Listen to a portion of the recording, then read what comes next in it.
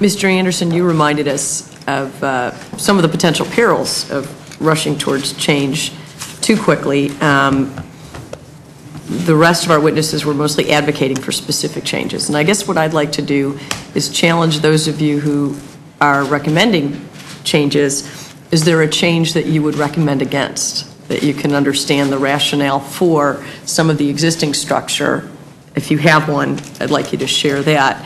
And conversely, Mr. Anderson, any that you do think is antiquated by today's standards and current situations that you would say is something that you think is worthy of consideration for change?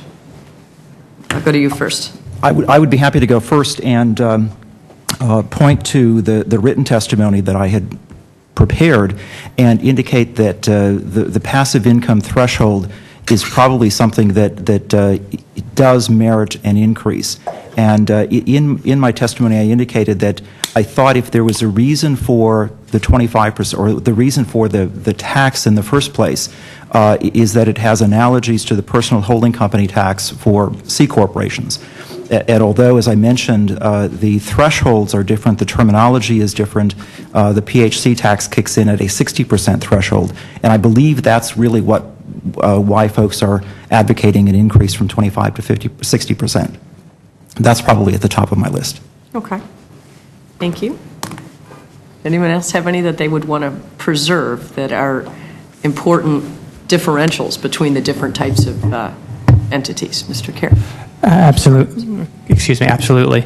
I'd mentioned in my testimony that there's some folks are interested in getting a real parity between partnerships and S corps. Now there are benefits to an S corp. There are benefits to partnerships, and I think there's an attraction to the simplicity of the solution. That we'll just make them equal, but I'd caution rushing in that direction without thinking real hard about why we have these two structures in the first place. And if we're going to move in that direction, then perhaps a semi-crazy notion is, well, let's just have one instead of two. Thank you. Ms. Blankenship. Well, I'd like to recommend that the 35% marginal tax rate be kept in place, because if you go back to lowering the tax rate on the C corporations, then it really penalizes the S corporations. And the S corporations, by virtue of their entity structure, allow those small businesses to build greater equity and retain greater equity because of the tax structure. And if you go back to decreasing the C Corp top level tax rate, then it would encourage, maybe a flip-flop, and that's the last thing that you want the small business community to have to deal with, is going back and making those conversions back and forth. So we need to continue to encourage that top marginal tax rate on the subchapter S income, and it not be increased, so we can continue to build our equity. Thank you. Mr. Shin, did you have? That's why I made the comment, if you can't, and trying to converge and bring together like we've done with fringe benefits is going to be very, very difficult. But with the advent of the LLC, you got the corporate protection, but you have the partnership flexibility from running the business and growing equity.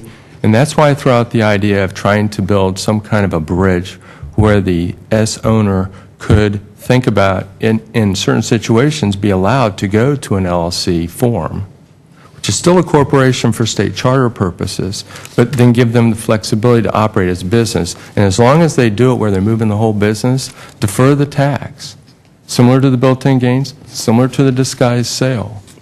So you can still avoid the abusiveness, but still get to the business focus. And I challenge you to try to come up with something that would work, because that will open up a lot of opportunities for the small business person that's running their business. All right. Thank you. Mr. Clausen.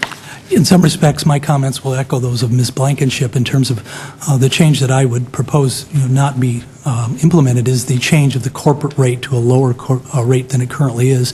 I think the parity of the rates, highest individual tax rates and the corporate rate, cause people to do things for more appropriate reasons. They aren't influenced solely by tax reasons. And if you look at the proposed drop in the corporate tax rates and the offsets to pay for that, it has the potential impact of, if the individual rates increase to, say, 39.6%, you lose some of the benefits, the domestic manufacturer's deduction, LIFO accounting, IC DISC.